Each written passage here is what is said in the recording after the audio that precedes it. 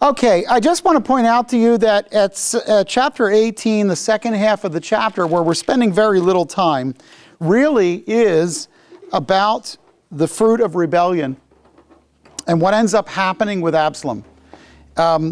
Absalom does go out to the fight. His hair is caught. And I want you to note that there is something about that. The point of pride is what hangs him up. He has a big amount of pride in his hair and his physical appearance and his stature, and he ends up hanging up, and as a result, he is killed. And what I want you to see is verse 9 says, Absalom happened to meet the servants of David. Absalom was riding on his mule, and the mule went under the thick branches of a great oak, and his head caught fast in the oak, so that he was left hanging between heaven and earth, while the mule under him kept going. There's a play here. This happened, but it's kind of an irony. He gets hung up, his head gets hung up, and the stubborn jackass keeps going. I want you to see that there's always this little play going on. And so you're supposed to have a little smile there of a little retribution. Now that's not how David felt about it. Because you get to go to verse 33 at the end of the chapter. David was deeply moved and went up to the chamber over the gate and wept. And thus he said as he walked, "Oh, my son Absalom, my son Absalom, my son Absalom, would I had died instead of you, O Absalom, my son, my son." What's the problem with David's response? I mean, he's a dad and he lost a son, and we can all understand that. The problem is you're also the king. And David is making things about himself instead of making it about the kingdom. Can you imagine what would have happened if David's son was sitting on the throne in his stead, and it was Absalom and not Solomon? Absalom's death saved the kingdom, and David was focused on his personal heartbreak. I'm not trying to be heartless. The guy lost a son. I'm just trying to say that David had a tendency to see how it touched him, but not how it looked in the overall kingdom. So by the time you open up chapter 19, I want you to see that David is being restored, and in this restoration, first we got a little story that sticks in before, and it's in 19:1 through 7. It says, Then it was told Joab, "Behold, the king is weeping and mourns for Absalom. The victory that day was turned to mourning for all the people, for the people heard it said that day, the king is grieved for his son. So the people went by stealth into the city that day, as the people who are humiliated steal away when they flee in battle." In other words, nobody celebrated the victory. That's what he's trying to say. They're trying to say, Yoav turns to the people and says, the king is heartbroken. Let's not celebrate. So they go in quietly rather than go in celebration. They go in like they had lost, but they won. And the king covered his face and cried out with a loud voice, "Oh, my son Absalom, oh, Absalom, my son, my son." Then Joab came into the house, into the king, and said, "Today you have covered with shame the faces of all your servants, who today have saved your life and the lives of your sons and your daughters and the lives of your wives and the lives of your concubines." It says, "By loving those who hate you and by hating those who love you." That's a great phrase. Look at that one in verse 6. By loving those who hate you and hating those who love you. He said, you are making this so much about you that you've forgotten all those people out there risked their lives. And they did this for you. And you're making them ashamed of their victory. And that's just wrong, Dave. Therefore arise, go out and speak kindly to your servants, for I swear by the Lord, if you do not go out, surely not a man will pass the night with you, and this will be worse for you than all the evil that has come upon you from your mouth until now. So he says, look, I'm looking out for you, but if you don't go out there and speak to them and let them know that you appreciate what you did, they're going to start walking away. They're going to start going away from you. Now, when you get to verse 8, I want you to see something. There are three events that transpired to model the king's return. The first one is in verse 8. The king reasserts his rights. The king takes Joab's advice. He goes public.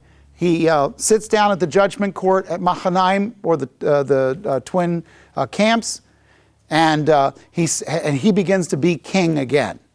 In verse 9, verse 10, the second thing that happens. He goes out and confuses his enemy. The armies of Israel thought he was about to judge the rebellion and retreated in fear to their tents, right? Because he sits down, it looks like the people that were with Absalom now need to run. The people were in a quandary. They recalled what David did in the past for them, and they loved him for that. That's what verse 9 says. But they also acknowledge that they're in an awkward position. They have just rebelled against him. You understand how hard this is? They've rebelled against you. You're now their king again. Who's going to die? Who's going to live? Now, look at what verse 11 says. Then King David sent to Zedek and Abiathar the priests, saying, "Speak to the elders of Judah, saying, why are you the last to bring the king back to his house, since the word of all Israel has come to the king, even to his house? You are my brothers, you are my bone and my flesh. Why then should you be the last to bring me back?" Now, here's the thing. The king rewarded those who honestly acknowledged their sin, but they had to show themselves as loyal. And otherwise, they were going to face judgment. So he has to restore the situation. What I think is interesting is how the people come and face the king. There are 4 kinds of people that come back and face the king. I want you to notice them. First, there's the late salvation to a bitter and angry man by the name of Shemaiah.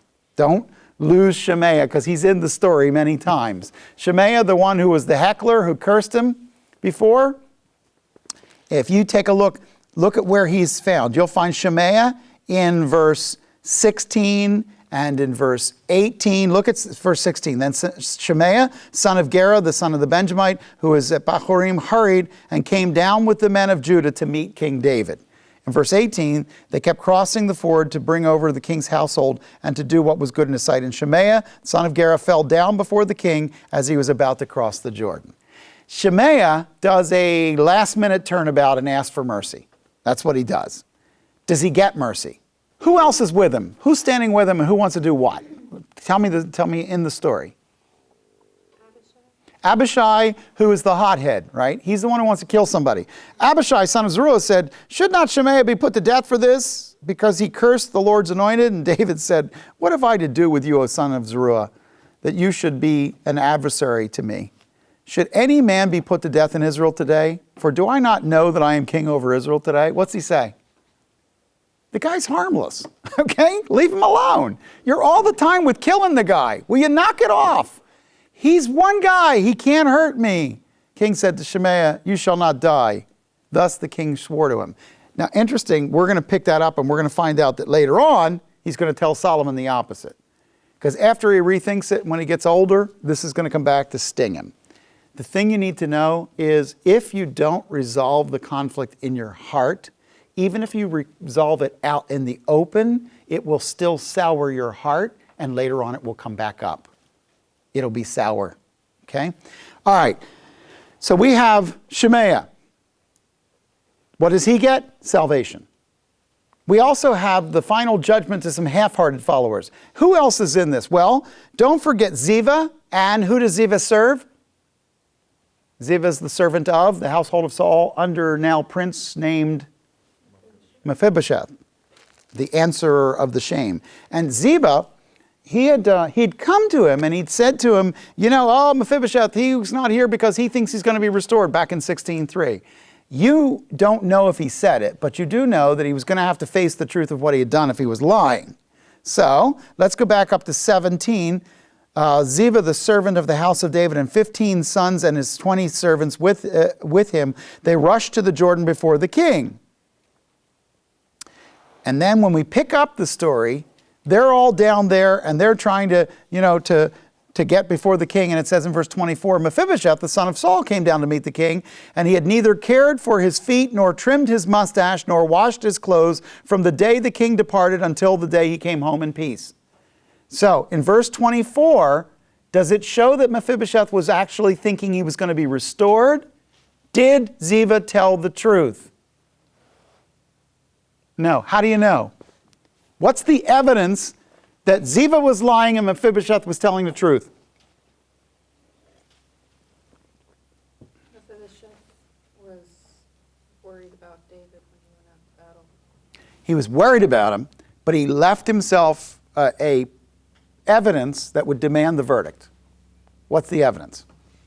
He was uncared for. He was uncareful. He didn't shave. See, you can make all the arguments you want, but you can't grow a beard in a day. Well, David maybe, but most of us can't grow a beard in a day. Okay, so my point is that he comes in all straggly, and it's obvious that he wasn't thinking he was going to be king. He was in mourning. He looked like he had been in mourning. Now, if you're Ziva, what does that mean? Busted, okay? The lie is going to come out.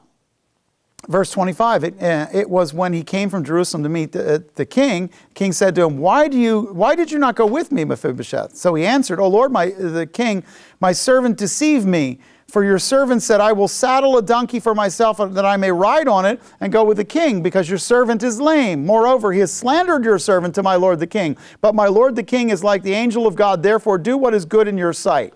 He says, this guy lied about me. He said he was going to go out and help you. He took all my stuff and took off and went to you. I got lame feet. I couldn't chase him. Okay, that's really what it comes down to. And he says, now do whatever you want to do with me. For all my father's household was nothing but dead men before my lord the king. Yet you set your servant among those who ate at your own table. What right do I have yet that I should complain any more to the king? He said, if you're going to kill me, kill me. I was nothing until you decided to put me at your table. And I got nothing. So bottom line is, if you don't give it back to me, then you don't give it back to me. King said to him, why do you still speak of your affairs? I have decided you and Ziva will divide the land. Does that seem unfair to you? Why should Ziva divide the land with Mephibosheth if Ziva tricked him? Because David had already sworn to Ziva that he'd get the money. Yes. David is actually going to fulfill his promise, but he's going to do it in a way that allows him to restore Mephibosheth. And it doesn't matter. He knows he either has to kill the man or give him something. If he doesn't kill him, he can't put him back as servant under Mephibosheth because he's lied. So he knows that there's no way to resolve the problem between the two of them without him splitting them up. So he splits the land and splits them up. He doesn't send him back to him. Sometimes the only way to solve the problem is to divide the people. Sometimes that's the only way they're not going to get along. So he has to divide them out. By the way, he also honors the fact that Ziva, even if he tricked him and even if he said things that were wrong, he did show up to help fight. And when it came time to the battle, he was there. Mephibosheth, even though he had the right things to say, didn't show up and help. And so, to some extent, David owes the man for showing up and helping. He gave supplies and helped in the fight. You can't just ignore that. And that's part of the reason he does what he does. The last guy, though, there's a third guy that shows up in this, and this is Barzilai, the Gileadite. I want you to see, Barzel, actually, is the word iron. Barzel is the Hebrew word for iron. Barzilai is the man of steel. He's the original man of steel. Put a big S on him.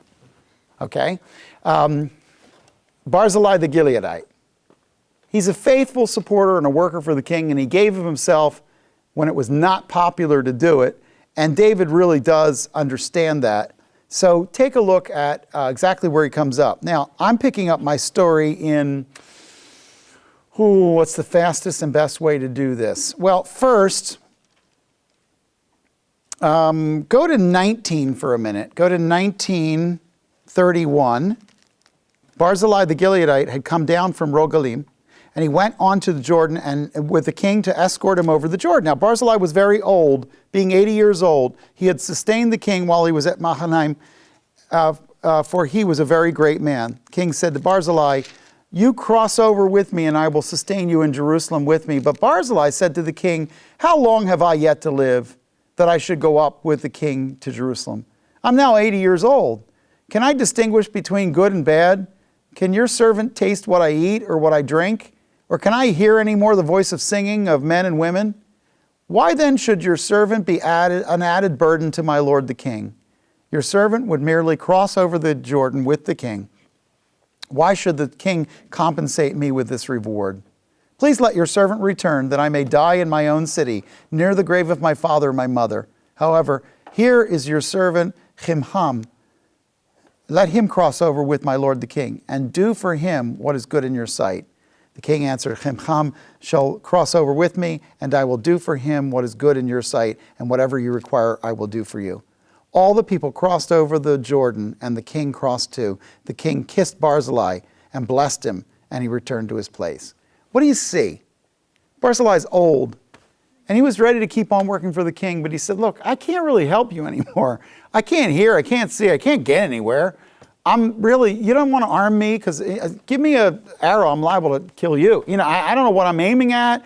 I want to be faithful, but I don't have any more to give. So I'll tell you what, I'll bless the next generation and let them go do it for me. And then just get me someplace where I can kind of get back to the old folks home, take out my teeth and relax, listen to old radio shows or something. I really don't want to be a burden to you. What I love about this chapter is it's sort of after David is restored, it sets everybody where they belong. You see Mephibosheth and Ziba, and they're set where they belong. You see Shemaiah, he works it out. And then you see this guy Barzilai, who comes out of nowhere. He's this incredible help of David. And what I love is that there's a tender story of David starts off weeping, but he ends up counting his friends and knowing his friends. And by the end of the story, by the time you get to chapter 20, you can really see that the revolt now has gone away, and he's getting back in place where he belongs. The problem is, Absalom's revolt is not the only revolt. There's another revolt that comes up, and this revolt is of a Benjamite by the name of Sheva. And apparently, the Benjamites are upset with David's rule. David is from what tribe? Judah. He's a Judahite. Benjamin is the next tribe north, and Benjamin was the tribe from which King Saul came. So the Benjamites became less when the Judahites became more. And that rivalry between them is part of the reason why this keeps happening. Look, rebellion is a serious affront to God. It has terrible consequences. So I want you to see another rebellion, and I want to see if you can see truths about rebellion. We're going to do these before we go to lunch, okay? These are, in chapter 20, truths about rebellion, okay? Step back and see that what God said about David before we look at Sheva, okay? God was the rightful person to make the king, right? And the king that he set over them was David, correct? Was that not what Samuel anointed? And because he was the chosen one, David was on the throne because God vested divine authority in David. Now, here's the thing. Rebels reject ultimate authority. That's verses 1 and 2. Rebels reject ultimate authority. When I rebel against my parents, I'm rebelling against the God who made them my parents and me their child. When I rebel against the police, I'm saying I don't accept that God has put them in a position of authority. Now, I'm not talking about voting. You have a right to speak. I'm not even talking about appropriate lawsuits and pressing them when they do wrong. Because guess what? Some people in authority do wrong too. I'm saying people who want to overturn the authority structure are not content with God's authority structure. Ultimately, it's about God. There's an idolatry principle here. We become of no use to God when we decide to become our own God and decide what's right, in spite of what God's word says. So look at verse 1. It says, now a worthless fella happened to be there. By the way, you've seen that phrase before, haven't you? Worthless fellow. Do you remember in Judges, the worthless fellows that were accumulated by the son of Gideon to kill off all the others? You're going to see worthless fellows at Sodom. You're going to see this worthless fellows show up over and over. These are idiots for hire. Let's put it that way. There was a worthless fellow happened to be there whose name was Sheva, the son of Bichri, a Benjamite, and he blew the trumpet and said, we have no portion in David, nor do we have inheritance in the son of Jesse. Every man to his tents, O Israel. So as David is settling down and getting everybody back together, in the background there's a little revolt going on. All the men of Israel withdrew from following David and followed Sheva, the son of Bichri. But the men of Judah remained steadfast to their king, from the Jordan even to Jerusalem. Then David came to his throne at Jerusalem, and the king took the 10 women, the concubines, whom he had left to keep the house, and placed them under guard and provided them with subsistence, but he did not go into them. Why? Because Absalom had, and it had to be absolutely clear whose child they would be. So he did not go into them. And as you keep going, it says, they were shut up until the day of their death, living as widows. He took care of them, but he set them aside. Then the king said to Amasa, call out the men of Judah for me within 3 days and be present for yourself there. I want you to stop for a second and see that rebels always reject legitimate authority. The second thing I want you to see is in verse 3, that rebels hurt other people. The simple fact is that rebellion costs people their lives in Absalom's case. Rebellion costs people their lives, and in this case, it cost these ladies their future. They lived as widows. What does that mean? It means they would not have the one thing that they needed in their life to feel like they were somebody. So ultimately, Absalom's violating of the concubines left the concubines with no future. And it was the rebellion that always hurt the other people. Now, if you keep going, you go to verses 4 and 5, rebels overestimate their own importance. That's what they do. Rebels overestimate their own importance. This is verses 4 and 5. He said to Amasa, call out the men of Judah for me within 3 days and present here yourself. So Amasa went out to call the men of Judah, and he delayed longer than the set time which he had appointed him. What's that? He dragged his feet. What does that mean? I mean, because we've been reading about Mephibosheth, it's kind of a bad image, but you know what I mean. What does Amasa do? He doesn't immediately respond to authority. Instead, he takes his time. Yes. Who is the rebel? The person who stands up and says, I'm going to rebel, or the person who drags his feet at obedience? Both. So David has one rebel trying to fight another rebel, and that's not going to work very well. What I want you to see is in verses 4 and 5, we have this joint chiefs of staff of the armed forces named Amasa, the captain or the chairman of the joint chiefs. And I think he might have felt that he had power and leverage over David because he mistakenly felt that David needed him to maintain his position. But that's not true. David didn't need him to be king. What did David need to remain king? God to say he was God. Amasa thought, he needs me. I want you to remember this. It's one of those statements you'll hear now and many times. Delayed obedience is disobedience. Delayed obedience is disobedience. You do not obey God by putting off obeying God. Okay? So when God tells you to do something now, he means now. David spoke on behalf of the kingdom and said, Amasa, go do this, come back now. I want you to see in verses 6 through 13 that rebels think the rules don't apply to them. That's why you can't trust them. They don't think the rules apply to them. So in verse 6, it says, David said to Abba Shy, now Sheva, the son of Bichri, will do us more harm than Absalom. Take your Lord's servants and pursue him so that he does not find for himself fortified cities and escape from our sight. So Joab's men went out after him, along with the Cherethites and the Pelethites and all the mighty men, and they went out from Jerusalem to pursue Sheva, the son of Bichri. When they were at the large stone, which is in Gibeon, Amasa came to meet them. Now Joab was dressed in his military attire, and over it was a belt with a sword in its sheath fastened at its waist. As he went forward, it fell out.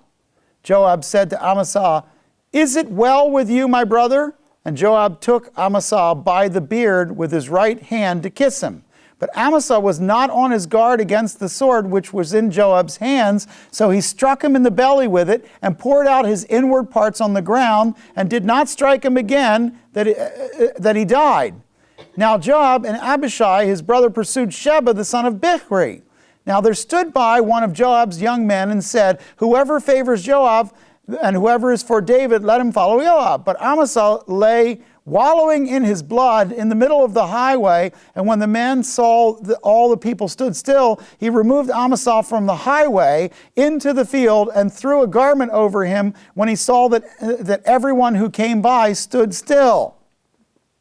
Now what he does is he walks up, Joab walks up, and he has his sword in a position where it looks like it falls on the ground. That way it looks like he's walking up to hug the guy, but his sword's laying there. As he goes by, he scoops up the sword, and as he goes to hug him, he shoves the sword and slices him open at the abdomen.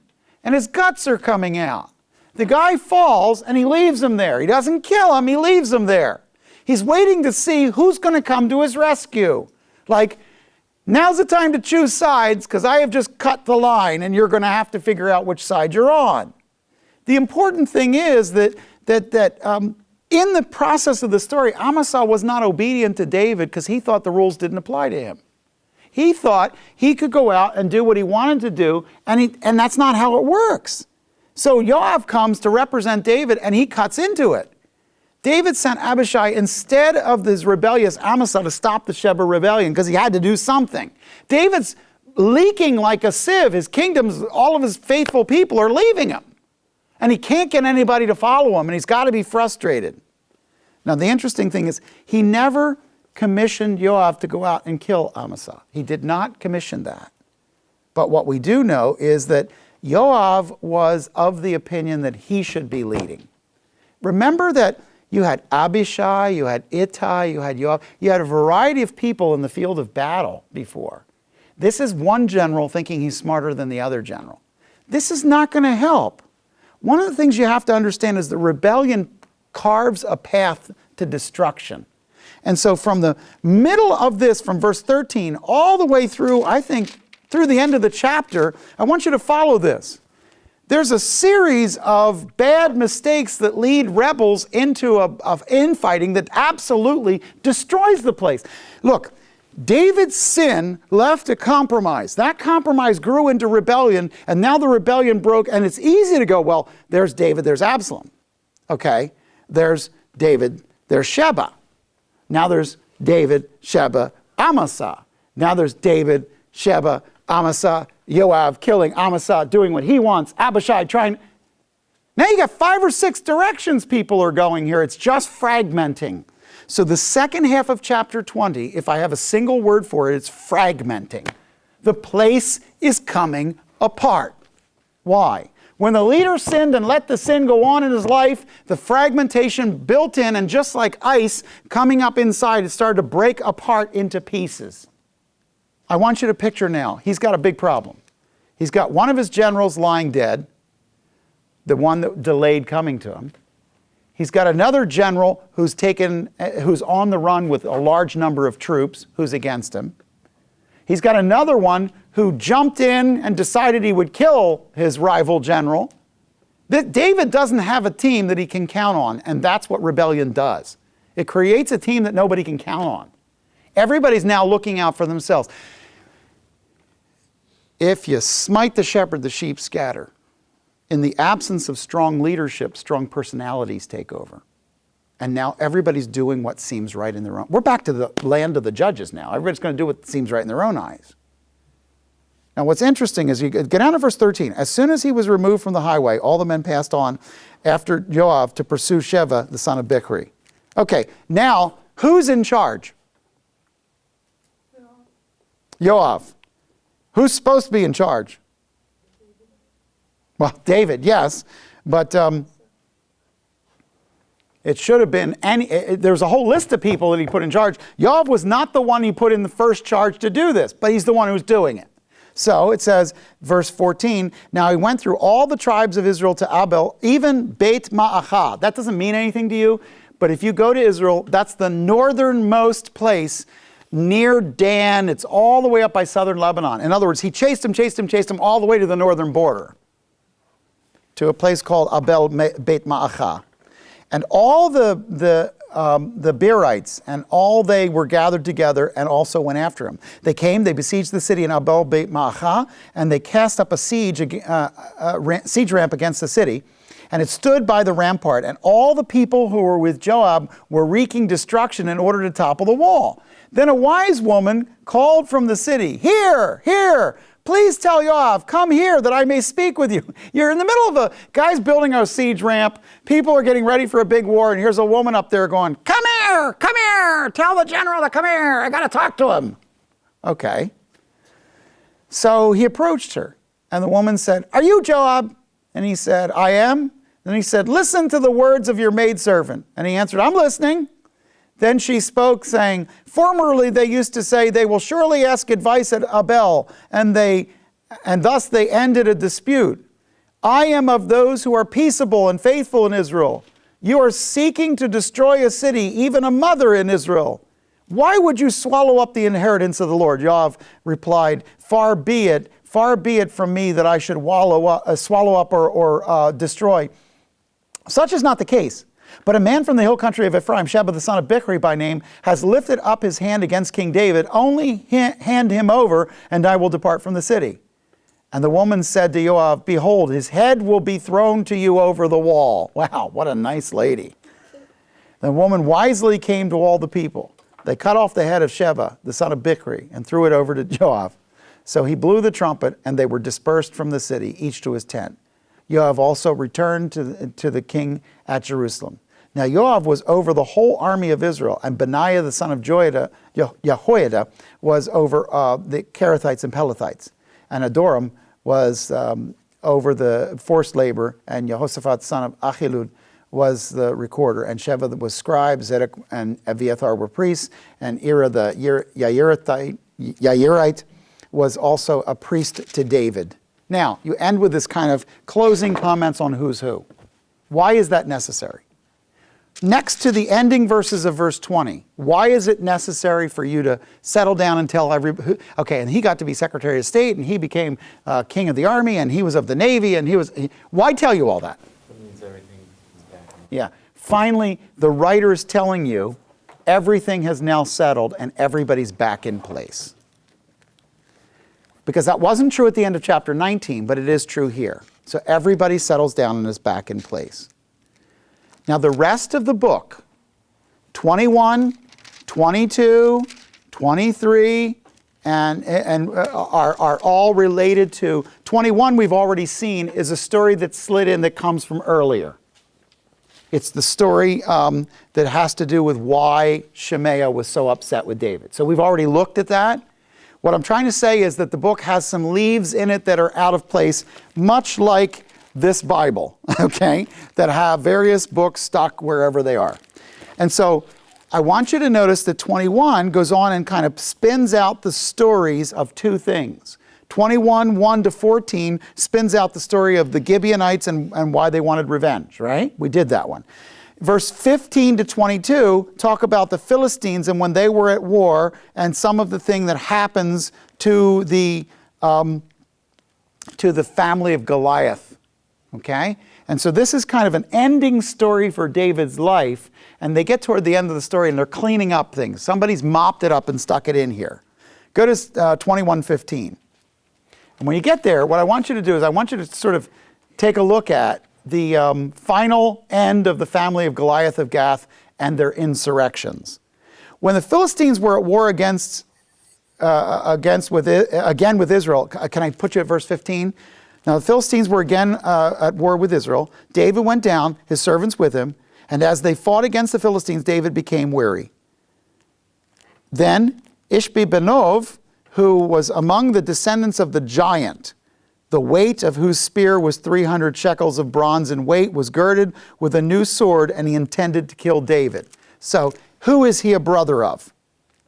He's a brother of Goliath. He's talking about the giant, meaning the one that David had killed at the beginning. Why is this here? But this is the other end of a bookend. David's life began as an emerging ruler over Israel by slaying a giant. But at the back end of his life, David is now weak in front of the giant. Do you see it? He's worn out.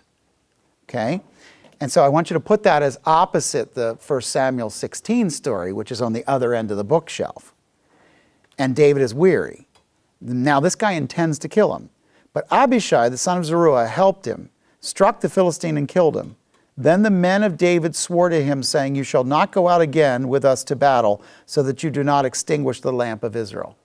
So David, who started alone out in a field with a giant with 5 smooth stones, with all the mighty men of Israel quivering on a hill behind him, ends with all those men out in the field of battle with him back on the hill. This is a beautiful actual turning of the story. And they're saying, David, God has put you in the position. I don't want you out there giant fighting anymore. Now, some of this is physical. I mean, David's a lot older here. Some of this is emotional. David's been through a series of terrible events that's worn him out. But some of this is also handing off of the baton. It's understanding that younger men are going to have to pick up this work. And so what you have is, verse 18, now it came about after that there was war again with the Philistines at Gob. Then Sibbecai the Hushathite struck down Saph, who was among the descendants of the giants. And now we have somebody else from the giant. There was war with the Philistines again at Gob, and Elhanan, the son of Ya'areh Rogim, the Bethlehemite, killed Goliath, the Gittite, and the shaft of whose spear was like a weaver's beam. They keep going back and telling you pieces of armor that belong to him, as if maybe each one of these guys went on and took that craft or something. We don't know. But there was a war at Gath again, where there was a man of great stature who had 6 fingers on his hand and 6 toes on his foot, 24 in number, and he also had been born to the giant. You start to see that whatever was going on with this giant also had some genetic qualities that were a little weird. And when he defied Israel, Jonathan, son of Shemaiah, David's brother, struck him down. Now these 4 were born to the giant in Gath, and there it is. He took 5 smooth stones. One was Goliath, and then 4 more that come up in the family that he doesn't kill. He goes out to do it. He can't do it, and now others do it for him. That's the end of the 1 Samuel 16 story. Isn't that interesting, the way that story ends? So he walks out as one man with 5 stones. He kills one of them, but the other 4 related to the story you don't find until the end of his reign. He can't kill them, and somebody has to do it for him. And so you end up with sort of, these 4 were born to the giant in Gath. They fell by the hand of David and by the hand of his servants. By the hand of David, then by the hand of his servants. That's the way the story is told. I like that story. I think it does something for you. I think you walk away from it going, David is now realizing he's too old to do this. He's not the man now. He's the man that has to hand it over to the men to do this. And there comes a time when every man figures out he's not going to be a professional baseball player. There comes a time when you realize you're not going to be an Olympic athlete, you're just too old. And you have to then deal with your own heart as to what's going to be going forward. I love this because this is not only the final end, but also it brings us to a point where we sort of see David's life for what it was. Now, 22 and 23 are going to be songs of David. They are essentially psalms that are inserted into the text. Okay? We're going to take a quick look at them when we come back from lunch, but 24 is the last major act of David, which causes David to move forward into the end of his life, and he dies in the first 2 chapters of 1 Kings. He's laying there dying. So we're going to actually kill off David and get to Solomon today, and that's what our attempt is going to be.